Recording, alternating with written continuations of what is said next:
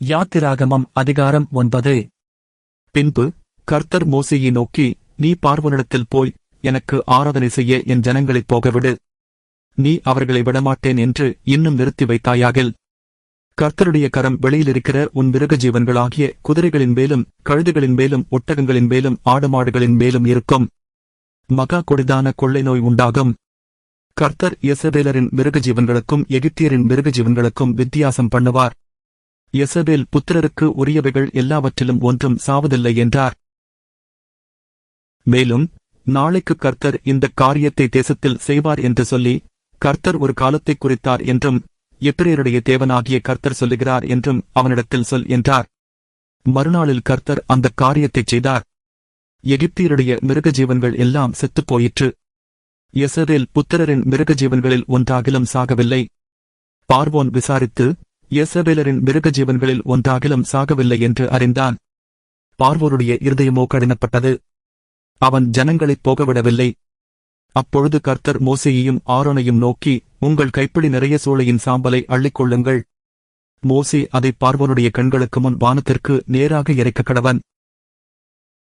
அது எகிப்து தேசம் மீதெங்கும் தூசியாகி, எகிப்து தேசமெங்கும் மனிதர் மேலும் மிருகஜீவன்கள் மேலும் எரிபந்தமான கொப்புளங்களை எழும்ப பண்ணும் என்றார்.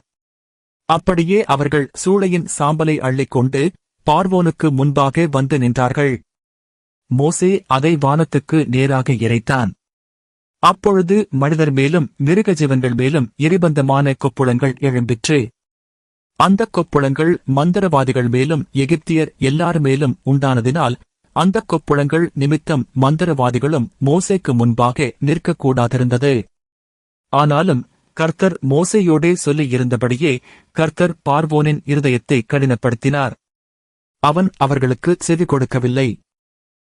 அப்பொழுது கர்த்தர் மோசேயை நோக்கி, நீ அதிகாலமே எழுந்திருந்து போய் பார்வோனுக்கு முன்பாக நின்று எனக்கு ஆராதனை செய்ய என் ஜனங்களை அனுப்பிவிடு. விடாதிருந்தால் பூமியெங்கும் என்னைப் போல வேறொருவரும் இல்லை என்பதை நீ அறியும்படிக்கு இந்த முறை நான் சகலவித வாதைகளையும் உன் இருதயத்திலும் உன் ஊழியக்காரர் மேலும் உன் ஜனங்கள் மேலும் அனுப்புவேன். நீ பூமியில் இராமல் நாசமாய்ப் போகும்படி நான் என் கையை நீட்டி உன்னையும் உன் ஜனங்களையும் கொள்ளை நோயினால் பாதிப்பேன். என்னுடைய வல்லமையை உன்னிடத்தில் காண்பிக்கும்படியாகவும் என் நாமம் பூமியிலெங்கும் பிரஸ்தாபமாகும்படியாகவும் உன்னை நிலைநிறுத்தினேன். நீ என் ஜனங்களைப் போகவிடாமல் இன்னும் அவர்களுக்கு விரோதமாய் உன்னை உயர்த்துகிறாயா?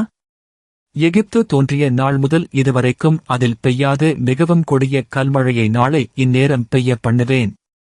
இப்பொழுதே ஆள் அனுப்பி உன் மிருக ஜீவன்களையும் வெளியில் உனக்கு இருக்கிற யாவையும் சேர்த்துக்கொள். வீட்டிலே சேர்க்கப்படாமல் வெளியிலிருக்கும் ஒவ்வொரு மனிதனும் மிருகமும் செத்துப் போகத்தக்கதாய் அந்த கல்மழை பெய்யும் என்று எபிரேயரின் தேவனாகிய கர்த்தர் சொல்லுகிறார் என்று அவனுக்குச் சொல் என்றார். பார்வோனுடைய ஊழியக்காரரில் எவன் கர்த்தருடைய வார்த்தைக்கு பயப்பட்டானோ அவன் தன் வேலைக்காரரையும் தன் மிருக ஜீவன்களையும் வீடுகளுக்கு ஓடிவரப் பண்ணினான். எவன் கர்த்தருடைய வார்த்தையை மதியாமற் போனானோ அவன் தன் வேலைக்காரரையும் தன் மிருக ஜீவன்களையும் வெளியிலே விட்டுவிட்டான். அப்பொழுது கர்த்தர் மோசேயை நோக்கி, எகிப்து தேசம் எங்கும் மனிதர் மேலும் மிருகஜீவன்கள் மேலும் எகிப்து தேசத்தில் இருக்கிற சகலவிதமான பயிர்வகைகள் மேலும் கல்மழை பெய்ய உன் கையை வானத்திற்கு நேராக நீட்டு என்றார். அப்படியே மோசே தன் கோலை வானத்திற்கு நேராக நீட்டினான். அப்பொழுது கர்த்தர் இடிமுழக்கங்களையும் கல்மழையையும் அனுப்பினார். அக்கினி தரையின் மேல் வேகமாய் ஓடிற்று. எகிப்து தேசத்தின் மேல் கர்த்தர் கல்மழையை பெய்ய பண்ணினார். கல்மழையும் கல்மழையோடே கலந்த அக்கினியும் மிகவும் கொடிதாயிருந்தது. எகிப்து தேசம் குடியேற்றப்பட்ட நாள் முதல் அதில் அப்படி ஒருபோதும் உண்டானதில்லை. எகிப்து தேசம் எங்கும் மனிதரையும் மிருக ஜீவன்களையும் வெளியிலே இருந்தவைகள் எவைகளோ அவைகள் எல்லாவற்றையும் அந்த கல்மழை அழித்துப் போட்டது. அது வெளியின் பயிர்வகைகளை எல்லாம் அழித்து வெளியின் மரங்களையெல்லாம் முறித்துப் போட்டது. யெசபேல் புத்திரர் இருந்த கோசேன் நாட்டிலே மாத்திரம் கல்மழை இல்லாதிருந்தது. அப்பொழுது பார்வோன் மோசேயையும் ஆரோனையும் அழைப்பித்து, நான் இந்த முறை பாவம் செய்தேன். கர்த்தர் நீதியுள்ளவர். நானும் என் ஜனமும் துன்மார்க்கர். இது போதும். இந்த மகா இடிமுழக்கங்களும் கல்மழையும் ஒழியும்படிக்கு கர்த்தரை நோக்கி விண்ணப்பம் பண்ணுங்கள். நான் உங்களைப் போகவிடுவேன், இனி உங்களுக்கு தடை இல்லை என்றான். மோசே அவனை நோக்கி, நான் பட்டணத்திலிருந்து புறப்பட்டவுடனே என் கைகளை கர்த்தருக்கு நேராக விரிப்பேன். அப்பொழுது இடிமுழக்கங்கள் ஓய்ந்து கல்மழை நின்றுபோம்.